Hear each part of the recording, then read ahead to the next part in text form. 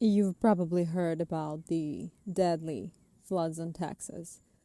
Dozens dead and children missing from a summer camp. Whole families washed away in minutes.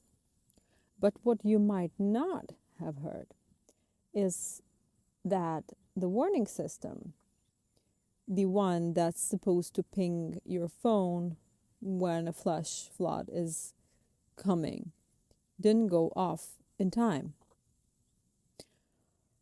Not because the storm wasn't known, not because that tech doesn't exist, but because the system was broken. Local officials admitted there were no flood sirens, no river gouges, and the alerts, they did go out. They came too late, or not at all. And here's the part that should seriously piss you off.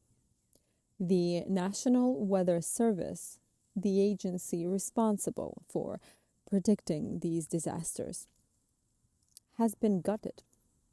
Nearly 600 jobs slashed.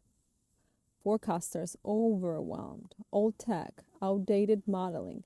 So, no, budget cuts didn't cause the flood, but they sure as hell helped people die in it. This is what happens when you cut big government until it can't even save lives, and then blame acts of God for policy failures.